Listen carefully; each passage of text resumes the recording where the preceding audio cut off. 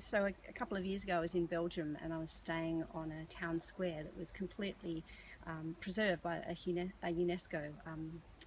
preservation order, and I realised at the time that those buildings that were in that preservation order were about 800 and 900 years old, and the trees that I'm working on, that I was speaking about at this conference, were a similar age of about 800 or 900 years old. And it just really struck me, the fact that these buildings had been so carefully looked after, and I was working on trees that were a similar age, that don't have that same level of protection. And my colleagues in Europe were working on 100-year-old trees, were absolutely fascinated and enthralled by the fact that I'm working on these really ancient trees. And for someone working in my field, just understanding how these trees can live so long, how they manage to survive the climate changes that happen during those periods. I mean, all of the history that these trees have seen, it's just, absolutely an amazing thing to think about.